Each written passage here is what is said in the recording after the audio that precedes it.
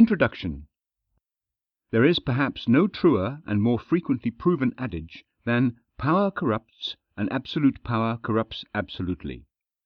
While this casual maxim is tossed around in a variety of situations, it has its roots in reality, and they are continually proven to this day. We put a premium on power in modern society, throughout the world, and although many people in positions of power are there because they rightfully deserve to be, are the best people for the job, and have respect for the laws and policies in place for their respective industries or countries, there are also those that bend the rules for their own gain. This is a nearly unavoidable symptom of human nature. If we see an opportunity to get ahead in the world, even if it is at the expense of others' well-being, some members of our species will take it. In no way does that make it acceptable, and using the "it's natural" excuse is certainly not admissible in most courts of law. However, bending the rules is often allowed to slip by unnoticed, and has done so for thousands of years. Scraping a bit off the top, working the system, and operating in the grey area of legality are hardly new concepts, and the endless examples make it impossible to constantly police. As soon as laws are made, loopholes are found, and inevitably widened.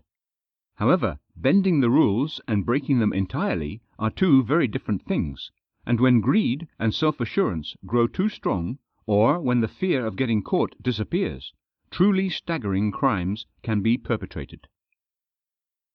The word crime is certainly appropriate, as the gross breach of any established law constitutes a crime. But when these things happen in the world of business, they fall under the more front-page-worthy category of corporate scandals. Scandals come in all shapes and sizes, from sex and drugs to money laundering and murder, and they make for exceptional headlines. Unfortunately, the longer that a series of crimes takes to be exposed, the larger the eventual scandal will be.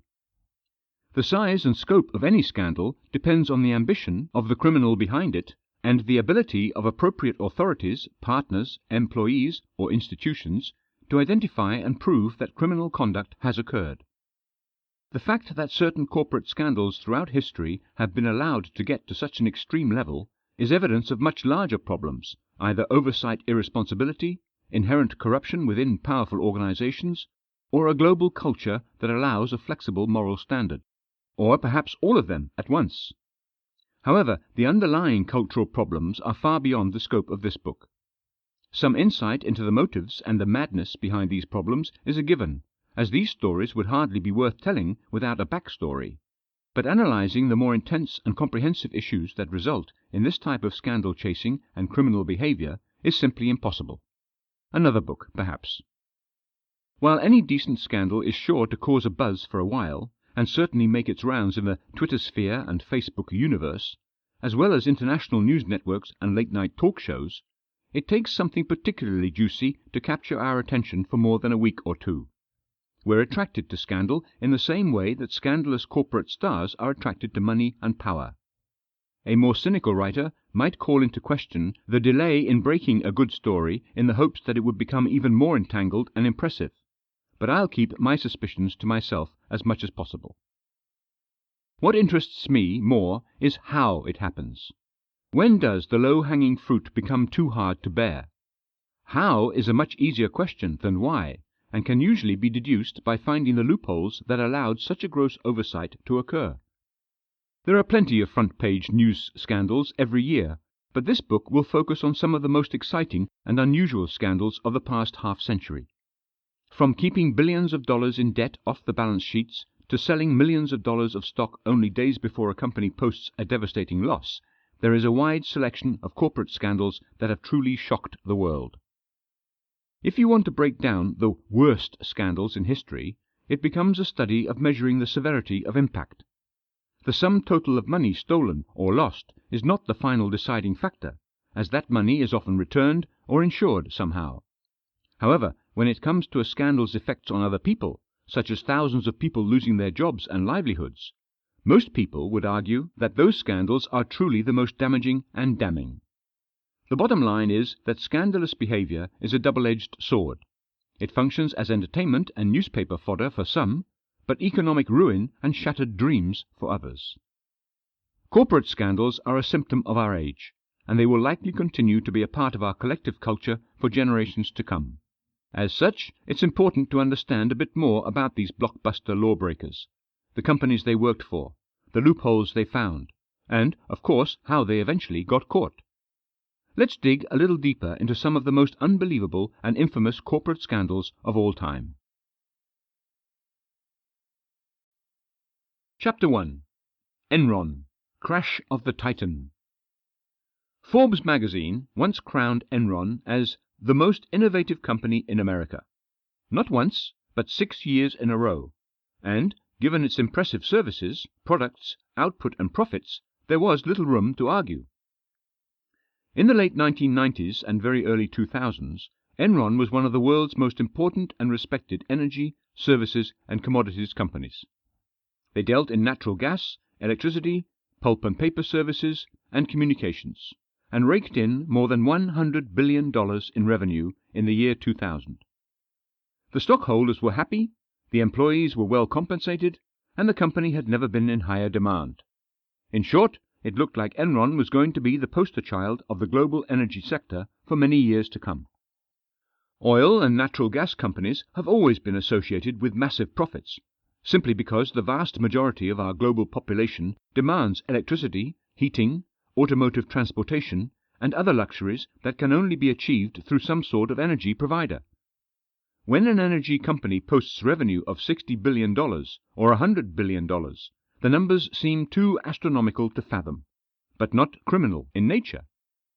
The complex web of companies and partners and interchangeable revenue streams make it extremely challenging for analysts and shareholders to understand the full breadth of the company's holdings. This is true for dozens of multinationals and conglomerate corporations that are still in business today. When Enron's stock price rose more than 300% from the early 1990s to 1998, the country celebrated its energy titan, which was trying to simplify energy, broadband, natural gas, and pipeline services to individuals and companies across the country. It had already become the most dominant name in natural gas by 1992, but used that foothold to expand into the entire energy industry, from top to bottom. Following those 8 years of impressive stock growth, it exploded in 1999 by more than 50%, and then again in 2000 by nearly 100%. All told, from 1996 to 2000, Enron's value shifted from approximately $13 billion to over $100 billion. A wildly unprecedented rate of growth that made it one of the wealthiest and most powerful companies on the planet. The stock market continued to pour praise on Enron, valuing it at more than 70 times its actual earnings, and causing the stock to peak at $90.75 by the middle of 2000. Those sorts of stock prices meant billions of dollars in bonuses to top executives and job security. Or so the leadership at Enron thought. As it turned out, the projections and figures that Enron had been claiming for the better part of a decade were not technically true. They had been hiding billions of dollars in losses, keeping them off the accounting books, or falsifying profits and grossly overestimating revenue. This was far from an accidental error in the plus and minus column. The Enron scandal, as it came to be known, had occurred due to a systematic and masterful manipulation of not only Enron's top leadership, but also of a globally renowned audit and accounting firm, Arthur Andersen. Back in 1985, Kenneth Lay formed Enron when two large energy firms were merged. Jeff Skilling had worked as a consultant for Enron in its early years, and was hired in 1990 as chairman and chief executive. This is when the scheme began to play out. Essentially, these two men designed a financial reporting scam that allowed them to take advantage of reporting loopholes, special purpose entities, and weak financial reporting oversight to hide billions of dollars in losses. The company was constantly trying to expand into new industries, which meant buying and investing in many companies. By implementing something called market-to-market accounting, the company leaders were able to claim projected revenues far into the future for unproven companies and product sales. For example, Enron bought several companies and projected the potential profits for these partners into their revenue statements, even if those companies failed or lost money. These false revenue streams could carry through the books for months or even years, which resulted in higher declared earnings, increased stock prices, and more money in the pockets of the men at the top. They also used clever revenue reporting methods by adopting a similar liability categorization as trading companies, where they could report the entire value of each trade as revenue, without including statements about the actual products, purchases, cost of goods. This meant that it heavily inflated revenue and hid losses in the ether of accounting, resulting once again in massively overestimated value for the energy titan. They further complicated the situation by protecting themselves against risk from these illicit practices by using tax shelters and special purpose entities to effectively hide or protect their money. Through a number of official company sales and acquisitions, Lay and Skilling were able to hide billions of dollars within other companies technically owned or partnered with Enron in different industries.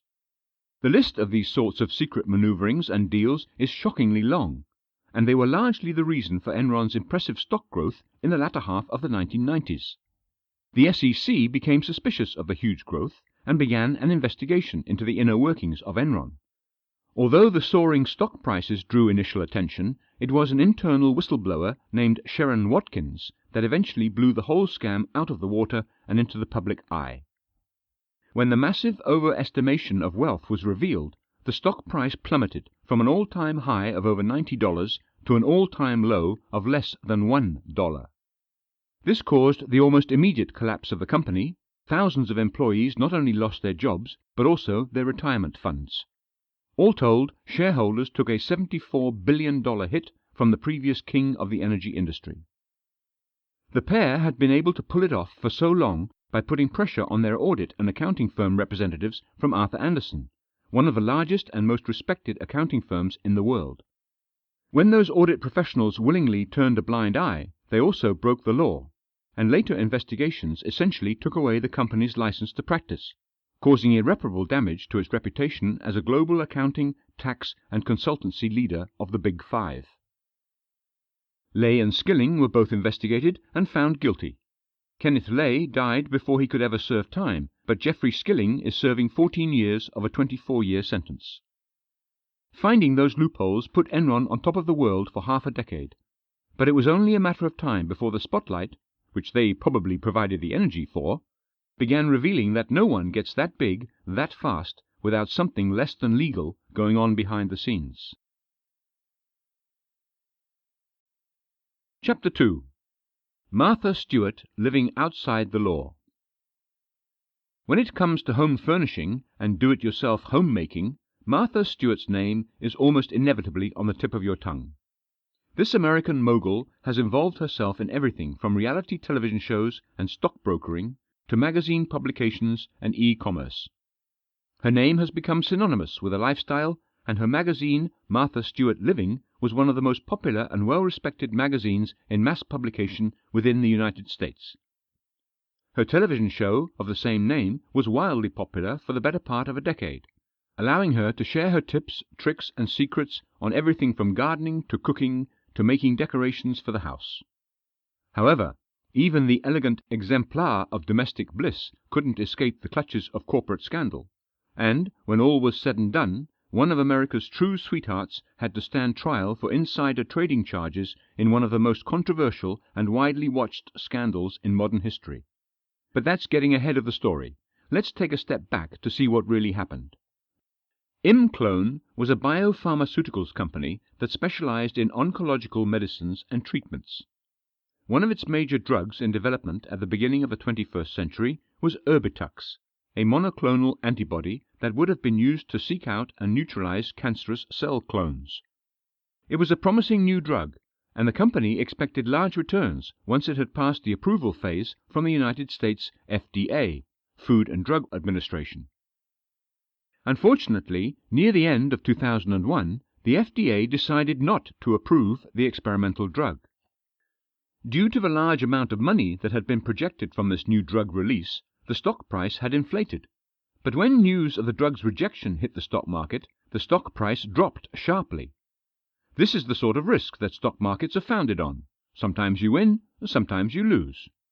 However, there seemed to be a large sell-off of ImClone stocks in the days leading up to the announcement that the drug had not been approved. An investigation by the US Securities and Exchange Commission revealed that a number of shareholders and executives of the company had sold off large portions of their stock due to this insider knowledge before the news was released to the public. More than $10 million in stock was sold on December the 27th and 28th of 2001, and there is no such thing as a coincidence that large. Simply put, the company's executives and stockholders were engaging in insider trading, which is illegal. The story became far more exciting than the traditional insider trading scandals that so often crop up on Wall Street, when it was revealed that Martha Stewart had also held a fair amount of ImClone stock, and had also sold her shares, nearly $230,000 worth, on December the 27th, the day before the announcement. Martha Stewart's daughter had once dated Samuel D. Waxall, the founder of ImClone, who had begun telling friends and family to sell their shares once he realized that the company's stock prices were about to plummet.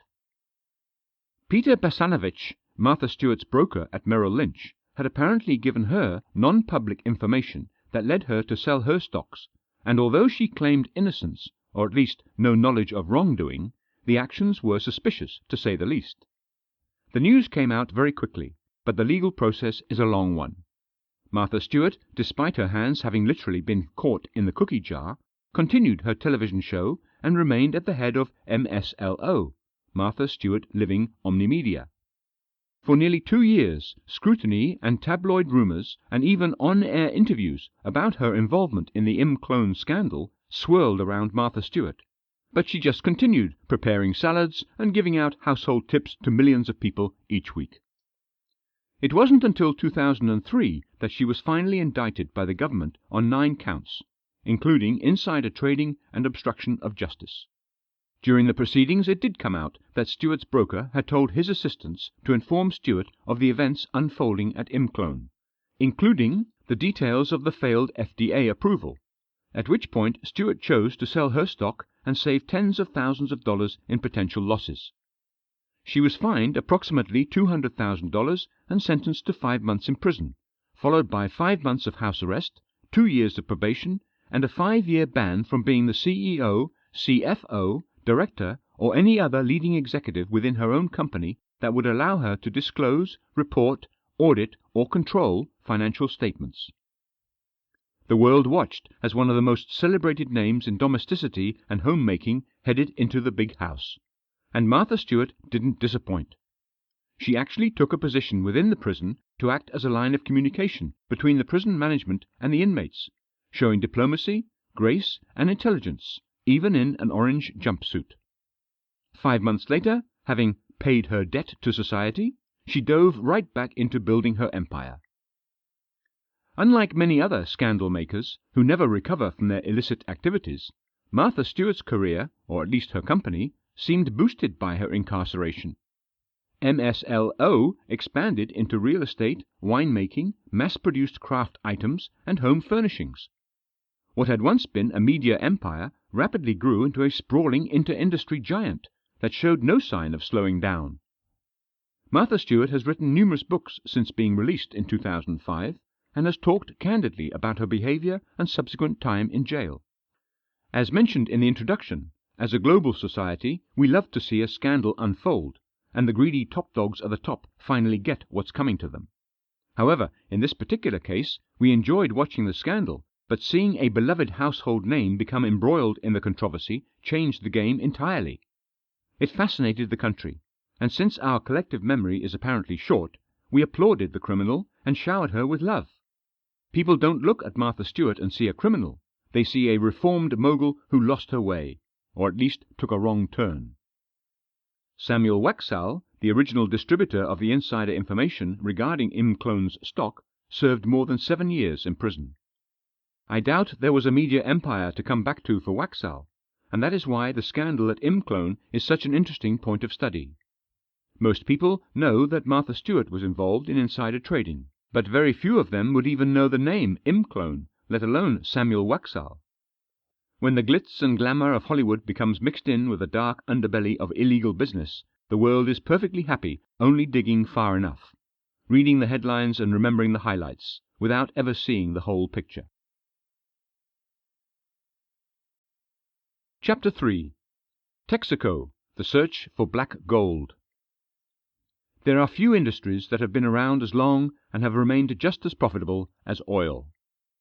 With a current global value of $3.2 trillion for gas and oil, there is clearly a ridiculous amount of money to be made in the industry.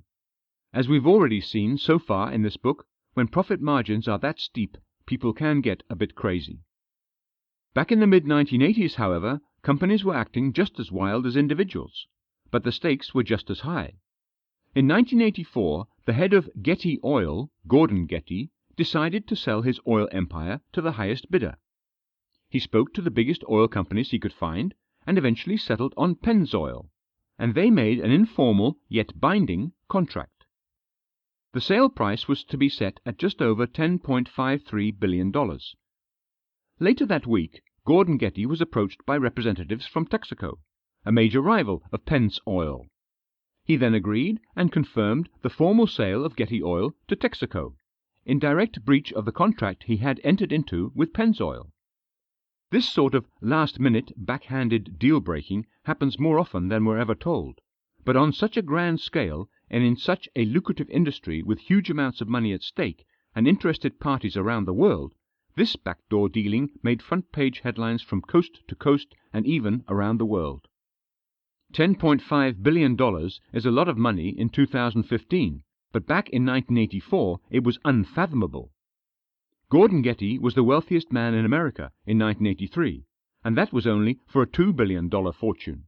In other words, Pennzoil was losing a massive opportunity, and it had been snatched away from them through double dealing and intentional malicious deal-making by Texaco. You may see this situation as a too bad for you scenario, but the concept of an informal yet binding contract made the entire affair a legal issue, and Pennzoil had a legitimate case to hold against Texaco for the loss to their company. Breaking contracts, especially on that scale, can be very costly, and, according to Texas law, very illegal. Throughout the lengthy legal process, Pennzoil was calculating all of its potential losses due to the illegal sale, and when the court eventually ruled in favor of Pennzoil, Texaco was facing a massive fine. They had just purchased the company for more than $10.5 billion, and their total amount of damages and legal fees and punitive charges amounted to nearly $13 billion. This was the largest civil suit in American history at that point. Furthermore, to add salt into the wound, the court would not allow for the appeal process to begin until the company paid its bond, which was the full amount of the court's fines in addition to interest. At that point, Texaco had no other choice. It could not afford to pay that type of money and was forced to declare bankruptcy. This was also the largest bankruptcy filing in US history at that point, and it caused tremors throughout the financial system and the world. Pennzoil eventually settled with Texaco for $3 billion in damages. Texaco was down, but not out, and the following year they merged with Saudi Aramco, thus beginning a 25-year period of merging and absorptions, disbandings and gradual disappearances. Texaco gas stations have all but disappeared, replaced by Shell and Esso and Conoco. You might still find the occasional Texaco station in the deep south of the United States, but it is a dying brand. However, watching an oil empire slowly crumble after being dealt a single knockout blow more than 2 decades earlier goes to show that the more money and resources there are in play, the less a scandal actually has to do with righting a wrong. In the case of Texaco, Pennzoil, and Getty Oil, this scandal was more like a hostile takeover gone wrong, resulting in Pennzoil bleeding Texaco dry until it had no choice but to give up and declare bankruptcy. People often think about the reputation of a company following a scandal, but in reality, for oil companies, reputation is never going to be the top priority, as they will always have a product that is in demand. However, profits speak louder than reputation in certain industries, and that kind of business can get bloody. When it comes to an industry worth over $3.2 trillion, everyone wants a piece, and they'll do anything they can to get it, even if they have to step on someone else's billion-dollar toes. Chapter 4. Carrion Group. The Rise of Corporate Sleaze. While the companies examined so far have certainly had their fair share of dirty players and greed. Their crimes have almost entirely been related to money, whether through sneaky deals, insider trading, or clever manipulation of the figures. While there is plenty of that in the scandalous story of Carrion Group, one of Asia's largest conglomerates in the 1980s, the company's story has a much darker side. Murder. It is a sad truth that bumping up that level of intrigue always draws a crowd. But the Carrion Group scandal was one of the largest and most sinister corporate schemes that the world had ever seen. Although the total amount of money that was fraudulently accounted for may not seem like much in terms of today's scandals, the exposed corruption rocked the global media and financial sectors, and the collapse of the Carrion Group in 1983 was the biggest bankruptcy in Hong Kong's history. Before we get into all the details, perhaps we need a bit of exposition. In 1980, a relatively unknown civil engineer named George Tan, who had begun working as a project manager at a land development company, began making risky property acquisitions in Hong Kong. The Carrion Group Limited had been founded back in 1977, but it wasn't until 1980 that their scheme for success was put into motion. Via a 75% subsidiary, Carrion Group purchased Gammon House, which was a prime piece of real estate in the central district of Hong Kong. The purchase was made for nearly 1 billion Hong Kong dollars, and while that figure was staggering back then, the company quickly flipped the property for nearly 1.7 billion Hong Kong dollars. Obviously, this drew significant attention from the financial and commercial markets of the country, as that sort of profit margin in such a short time for a land developer was impressive, to say the least. In less than 2 years, George Tan was the head of one of the biggest land developers in the country, and the company wasn't satisfied with one major property in Hong Kong. Using the profits from their first major undertaking, Carrion Group found Carrion Investments Limited, which gave the company access to the financial markets. Based on this influx of capital, the Carrion Group was able to expand its real estate and financial empire to include holdings in a wide variety of industries, including transport, catering, hotels, shipping, and real estate, just to name a few. At one point, they even owned the largest taxi company in Hong Kong's history. Those first few years of the 1980s were hugely profitable for the Carrion Group and George Tan, as well as for the supporting banks of the company's financial interests, namely Bumiputra Malaysia Finance and Bank Bumiputra Malaysia Berhad of Malaysia. By engaging in fraudulent reporting, deceit, and corruption, Carrion Group was able to manipulate financial markets and essentially trick high-level bankers and auditors into handling the dirty work and providing the company with access to massive amounts of capital. It may be shocking that Carrion Group and George Tan were able to perpetrate such a significant real estate scam in such little time, but they did it by allying with two respected names that had once worked at Price Waterhouse, which remains one of the big 4 accounting and auditing houses in the world. This immediately gave Carrion Group credibility, and by promoting John Marshall, one of the PW hires, to the position of managing director for all major Carrion companies, it seemed as though the huge land developer was above suspicion and above board. That was not the case, and while George Tan and Carrion Group's coffers swelled, debt continued to grow. When an auditor for Bumiputra Bank, Jalil Ibrahim, was found dead in a banana grove outside Hong Kong, questions began to arise, and more people began looking into the questionable business and accounting practices of the Carrion Group. It quickly became apparent that Ibrahim had discovered something in the books of Bumiputra Bank and was going to expose the corruption. A chairman of Bumiputra Malaysia Finance, Lorraine Esme Osman, was suspected of having a hand in ordering the death of the auditor, but nothing was ever proven, despite him being held in detention in London fighting extradition for 7 years. The man arrested for the murder has already served his sentence and is now living out his days in Penang, while Osman and George Tan, perhaps 2 of the key figures in this massive conspiracy, remain free. This conspiracy took place more than 30 years ago and remained in contention for the better part of 2 decades, but it is still the largest Asian corporate collapse of that era. By implicating major financial institutions across the region, Carrion perpetuated billions of dollars in fraud, and Bank Bumiputra required a $1 billion recapitalization by the Malaysian government to remain afloat.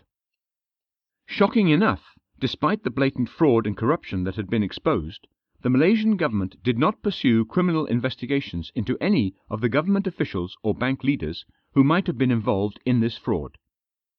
This remains a mysterious black hole of the scandal, which is why it remains one of the great shadowy pieces of Hong Kong's history. As more of the key players in this scandal begin to pass away, like Osman in 2011, it will become more and more difficult to determine what really happened back in the early 1980s. Was Jalil Ibrahim supposed to be killed? Were Osman and Tan involved in the planning or ordering of the hit? How much money was actually fraudulently accessed and spent? Who in the Malaysian government was in on the scam? All told, Carrion Group collapsed following the murder and subsequent investigations, and from a once great empire of Hong Kong's economy, only a restaurant, Cariana, remains. This scandal is evidence that in certain parts of the world, when international policies, philosophies, legal codes, and ethical foundations may differ between involved players, corporate scandals can be shockingly hard to prove, fully understand, or prosecute. Chapter 5. Banco Espirito Santo. Old money, new problems. For more than 150 years, the name Espirito Santo has been synonymous with the banking and financial system of Portugal. Banco Espirito Santo and the family behind it, including the famous patriarch nicknamed DDT, Dono disto tudo, owner of all this, have had their fingers and interests in every industry from real estate in North America to diamonds in Africa and billions of dollars in corporate and commercial assets in Portugal. The company had been through controversy and tragedy in the past, namely during the nationalization of the country. The Espirito Santo family was torn from power and imprisoned, as they had been one of the primary financial institutions under the dictatorial regime of Antonio Salazar. When that regime was removed from power, the banking family similarly lost its power, but was able to reclaim their empire with international aid and support from some very powerful allies, including the White House. However, this latest round of trouble occurs while the European market is still in a very fragile state. With numerous collapses and recessions still raging around the Eurozone, the revelation that nearly $4 billion in fraudulent debt was being hidden by a titan of the Portuguese banking system is both dangerous and worrisome. There are constant worries of a complete collapse, and given that Portugal was the poorest Western European country that had been struggling with recession and unemployment issues for years, this blow is particularly strong. The question is, how was this allowed to go on for so long? How can one family hide $4 billion in debt from organizations like the IMF and the European Securities and Market Authority? The answer to that is why this story is so interesting. After more than a century of prestige and respect, in which the Espirito Santo clan accumulated a massive fortune that stretched across the globe, they wanted to protect their assets. To that end, they created an outside organization to manage all of the transactions and financial issues the company needed to handle. Eurofin was a privately held Swiss company that dealt with many Espirito Santo entities. In fact, 23% of Eurofin was owned by another family company, Espirito Santo Resources. Basically, this gave the Espirito Santo family quite a bit of control over the operations, or at least influence. That is why, when the rest of Europe was struggling to stay above water during the global financial crisis and the subsequent recessions across the Eurozone, Banco Espirito Santo and the rest of the family's empire was able to remain in good standing. Eurofin was responsible for moving money around the family, and often packaged large amounts of debt from various companies and then sold it back to the bank's clients. This was essentially hiding huge amounts of debt from suffering companies in clever, covert, and illegal ways. From the outside looking in, the company was posting enough profits to avoid much suspicion, particularly in its more valuable holdings. But in reality, debt was being shifted around so quickly that regulators and auditors were largely unable to detect the movement. This debt was handled and traded by another Espirito Santo created entity, Tulipa, a trading desk based in Lisbon. This charade continued, and at one point internal memos reported that the Espirito Santo scam could potentially sell off 30 to 40 billion euros annually, if necessary. When suspicions began to rise about the trading practices between Banco Espirito Santo and some of its other family-related companies, following an insider tip, things began to come to light that the family had been hiding for the better part of a decade. When the truth came to light, and it was found that Banco Espirito Santo's internal processes were breaching a number of regulations, more than 3.6 billion euros of debt had been sold off, while the companies continued to post profits and deceive investors, the Portuguese stock market, and the entire European community. The list of violations that the Espirito Santo family and corporations committed is impressive, including insider trading and accounting fraud. In total, the unravelling of the Espirito Santo scandal led to a nearly 4 billion euro hit to the Portuguese stock market, representing a 22% drop. With the ongoing fragility of the rest of the European community, this sort of major hit to one country that had already been struggling has sent shockwaves throughout other precarious countries. What makes this scandal so serious and devastating is that it was left undiscovered for so long, and while the regional economy appeared to be improving, it has in fact been suffering more than ever imagined. Due to the recent nature of this scandal and the ongoing recovery efforts, the full effects of this scandal are still unknown. One thing is certain, however: the old familiar ties of the Espirito Santo family, which included kings and presidents of the past, are not going to be able to save them from financial ruin and international embarrassment. This is the end of a global dynasty, but perhaps the Espirito Santo empire should have ended with a bit more grace many years ago. Chapter 6. Health South Corporation. Fraud is the best, worst medicine. Although Health South Corporation is meant to help people and is the largest inpatient rehabilitation company in the United States, the scandal that shocked company investors, shareholders, and the broader medical community of the US certainly didn't have taking care of people at the top of its priority list. The company experienced huge success leading up to 2003, when it expanded into every state of the US, as well as facilities in half a dozen other countries. With more than 6,000 employees at more than 2,000 locations across the world, Health South was a dominant and well-respected name in the healthcare industry. In fact, it was the most valuable healthcare company in the country. However, the company's stock had actually begun to drop more than 7 years earlier, when Richard M. Scrushy took matters into his own hands.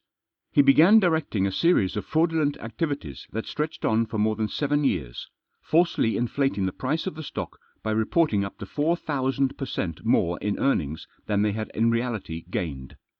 At times, the tax that they were required to pay on their inflated earnings was more than the company's true earnings.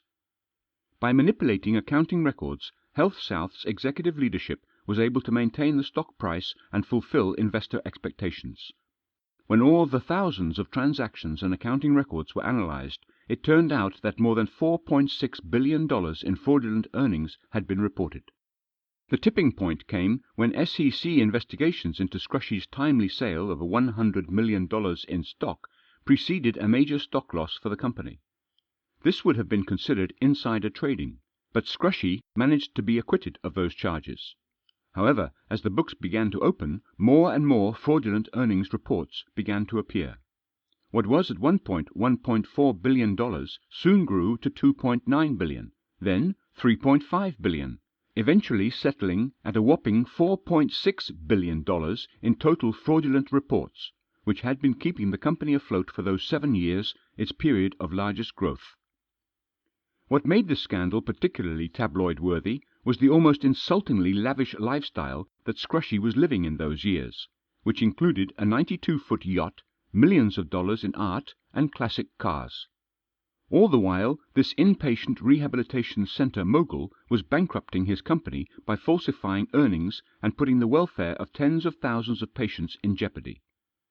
Scrushy was known as an intimidating and even frightening director, and many employees were afraid to report indiscretions. Similar reports came from accounting directors throughout the company, a culture of threats and intimidation that belonged more in a mafia movie than a medical titan. When Scrushy eventually stood trial in 2005, he was acquitted of all 36 counts of fraud, and one of the greatest frauds in the history of the country was nearly complete.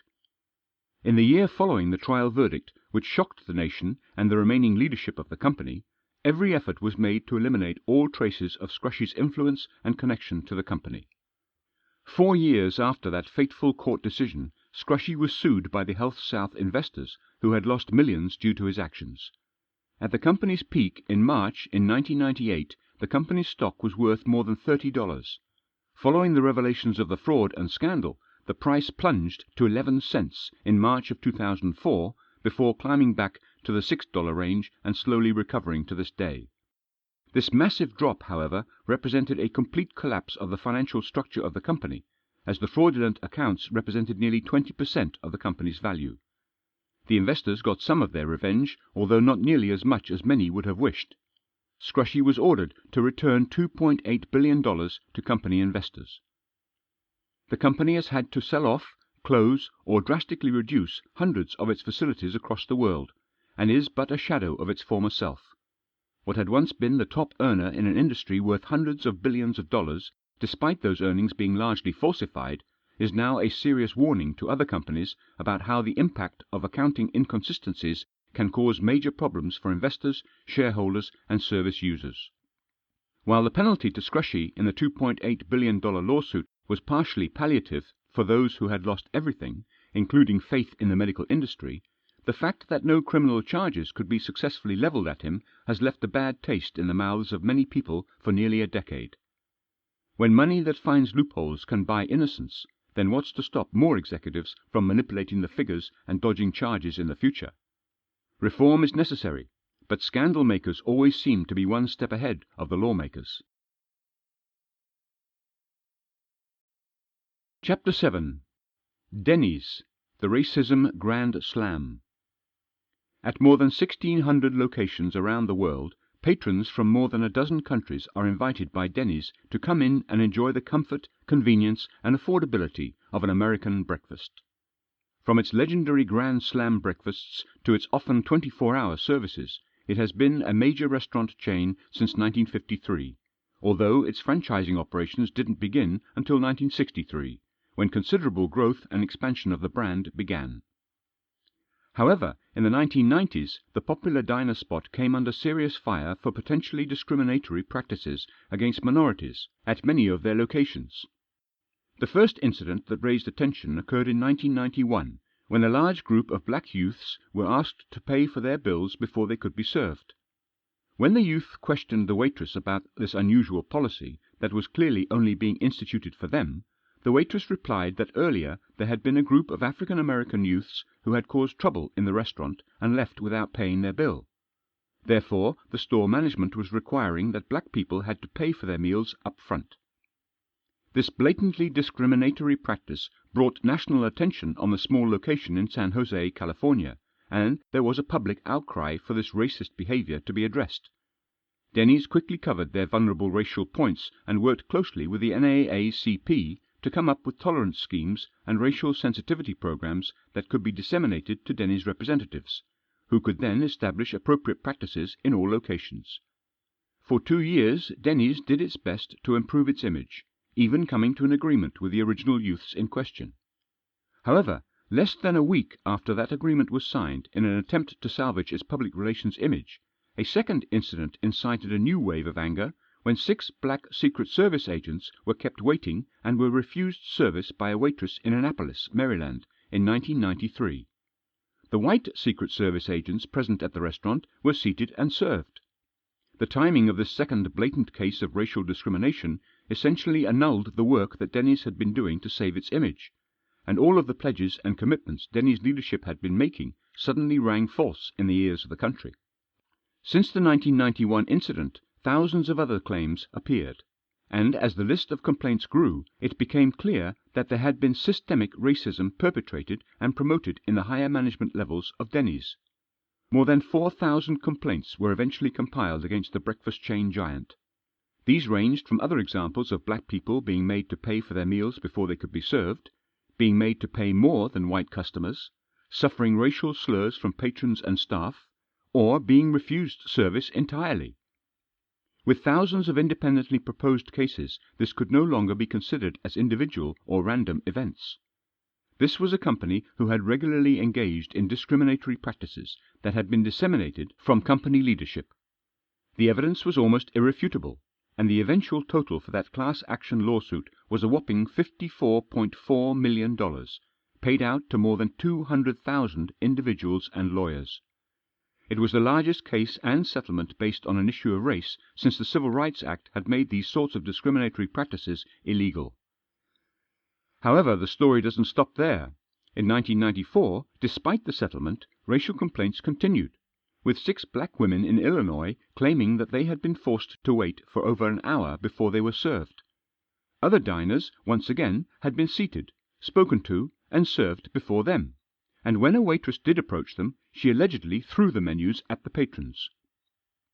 In 1996, 6 Asian patrons of a Denny's in Syracuse, New York, were made to wait and were refused service, even as other white patrons were seated and served. They were then made to leave by security guards after complaining to the management.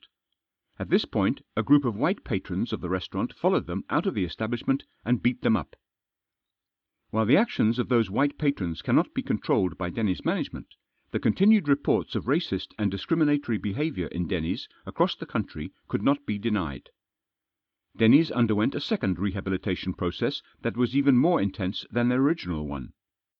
Every Denny's employee must now pass through racial sensitivity training. Denny's as a company also underwent massive changes. Only one franchise in 1993 was owned by a minority. 5 years later, approximately 35% of franchises had minority owners. Denny's never denied its discriminatory practices had happened, only that they were in no way sanctioned or instructed by company management. They continued their image improvement strategy by making sizable donations to minority groups, and changed its hiring and marketing strategies to represent a more diverse and welcoming atmosphere for minorities. Not only did Denny's seek to make up for its gross errors in judgment and policy making, it sought to go above and beyond the norm in America and is now one of the most diverse companies in the country. The claim that the behavior of thousands of employees was not in some way inspired by managerial or corporate policy still seems far-fetched, even impossible. But the fact is, this scandal has made Denny's turn over a new leaf in a major way. In fact, in 2006 and 2007, Denny's was at the top of the list for Black Enterprise's Best 40 Companies for Diversity. Saying that there is a silver lining to a shameful discrimination scandal may be controversial, but the public attention the issues attracted and the evolution of a major commercial chain from discriminatory or neutral on racial issues to a model of diversity and equality is almost inspiring. Perhaps that is the one good thing that came out of this Grand Slam scandal.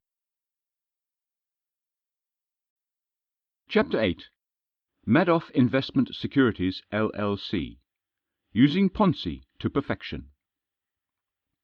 In what would become the largest accounting fraud and the largest Ponzi scheme in history, the story of Bernie Madoff's elaborate and unbelievable fraud scandal tops the charts in terms of blatant disregard for ethical behavior, accountability, the welfare of others, and simple decency.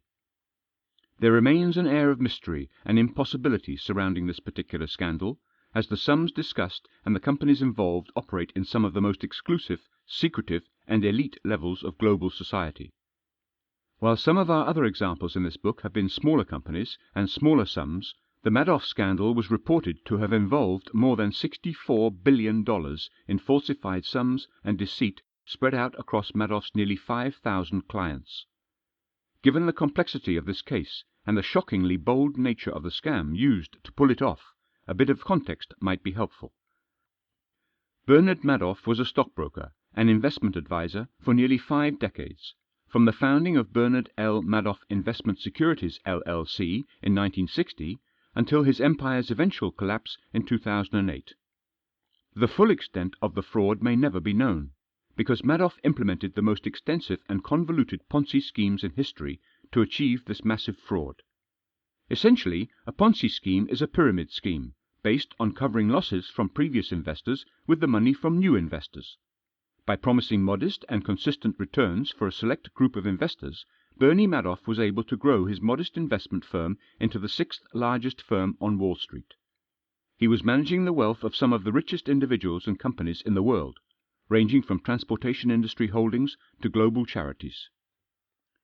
Interestingly enough, Madoff used 7 feeder fronts that would acquire investors and funnel that money into the larger parent organization, leaving many people completely unaware that Madoff was in fact managing their money. As each successive group of investors demanded the return on their invested capital, Madoff would move the money from his next tier of investors up to cover his earlier debts. By operating in a very exclusive echelon of society in some of the most affluent areas of New York State, and using his Jewish heritage as a powerful tool of coercion, Madoff was able to manipulate tens of billions of dollars through his recycling cash scheme. Despite his ingenious plan, the global financial crisis hit Madoff just like the rest of the world, and it became nearly impossible to find new investors. As he was unable to cover his prior debts for the first time in decades, investors began requesting their money be withdrawn from the investment fund, likely to wait out the financial storm and keep their capital safe. However, most of that money didn't exist, or had been spent to cover other debts. European investors began to pull out in huge amounts, and the jig was essentially up. It wasn't long before the rest of the story came out, and the full scope of the deception was revealed. All $64 billion of it. The SEC had actually investigated Madoff's operations back in 1999, but they had failed to uncover the scheme, even though that had been Madoff's tactic for decades. While most scandals of this nature don't have a chance to ever grow to this size, purely based on whistleblowers and eventual suspicions, Madoff had covered himself in that department in a way that no one ever had. He hired his brother as the senior managing director and CCO, his niece as the compliance officer, and his 2 sons. Keeping this crime in the family allowed them all to benefit hugely from the fraud, and there was a very low risk of exposure. Madoff's son admitted that they had all been aware of the fraud for years, and Madoff had explained the scheme many times. The revelations that came out in the years that followed showed the true face of greed and selfishness that runs rampant in the Wall Street world. The fact that a Ponzi scheme had been able to pervade the stock market to such an extreme degree shocked the world, and it sent ripples through global markets from Tokyo to South Africa. Due to the many companies and charities that had their money handled directly by Madoff, or through one of its feeder companies, many had to shut down across a wide berth of industries. Madoff set a new low for corruption and greed in the corporate and financial sector of America, and as such he received a landmark prison sentence for his offences. Madoff was sentenced to 150 years in prison, which was the maximum allowable. He had pleaded guilty to 11 federal crimes, mainly through his actions in creating, implementing and reaping the benefits of the largest Ponzi scheme in history for nearly 50 years. There are dozens of things that could be learnt from the Madoff investment scandal, and this was only a very superficial summary of what occurred. But what this particular scheme revealed is that the corrupt actions of a single man can shake global markets and industries in a way that had not previously been seen. When the accumulated wealth of such an elite tier of investors and individuals is threatened, the ripples it can cause are enormous. Following the Madoff scandal, and as a direct result of those crimes, the SEC, Securities and Exchange Commission, has instituted dozens of policy changes to keep this from ever happening again. The fragility of global markets has been brought into the spotlight in recent years, making cases of this scale and severity a real danger to the financial security of thousands or even millions of people. Conclusion. The future of corporate scandal. Early in this book we noted that trying to explain the underlying motivations behind such unbelievable greed and corruption is beyond the scope of this book, but perhaps we have provided some insight along the way. From some of the most trusted names in investing to real estate moguls and oil barons, scandals do not have any boundaries. Throughout history we have seen that power begets little more than a desire for more power, and when you are at the top of an industry, there can be billions of dollars in low-hanging fruit to tempt executives. Not all the scandals we covered concerned massive amounts of money, nor were they limited to the investment or banking sectors. We can clearly see that corporate greed and corruption, even in terms of philosophies, are shockingly common. Even a 150-year-old dynasty can't be safe, nor is a company dedicated to helping people rebuild their lives after traumatic events. The company's function and industry is obviously unimportant. Corruption, fraud, insider trading, intimidation, bigotry, and accounting malfeasance can occur anywhere to anyone. It only takes a few twisted minds and some misplaced numbers to begin the slow avalanche of fraud. Many of these scandals began small, and some of the perpetrators even admitted that when the illicit activities began, they were only intended to be a temporary fix to an identified problem. Despite those honorable intentions, fraud, deception, and corruption form a slippery slope. And just like the Ponzi scheme of Madoff, companies are continually covering their problems with more lies, using bigger shovels to dig their own graves. This book was intended to be both informative and cautionary. Small infractions may seem harmless, a necessary evil of the business world, but most great scandals begin with a single slip. But there's no telling how large and damaging they may eventually become. In terms of what we've learned about human nature, the only logical way to conclude is to reiterate what we said to begin this little journey through the dark side of corporate culture. Power and money corrupt, and absolute power and unlimited money corrupt absolutely. The problem is, as the markets continue to globalize and overlap, the temptation of billions will grow even further, just as greed for millions eventually swelled to billions. Global economies are powerful in themselves, but as a cumulative engine that drives our world, they represent one of the most important and essential elements of society. The actions of a corrupt few have nearly toppled stock markets and countries in the past. The fear, and it must be present to some degree, is that the next wave of creative accounting frauds, investment deceptions, and corporate corruption will not only be more clever, covert, and extensive, but far more damaging to the stability of entire nations and regions. Ongoing regulation and adaptation of global banking, financial, social, political, and cultural policies is essential if we are to continue the arms race against corruption and greed. There will always be those who seek to take advantage and get ahead in the world. A similarly responsive and dynamic response must always be at the ready. The future depends on it,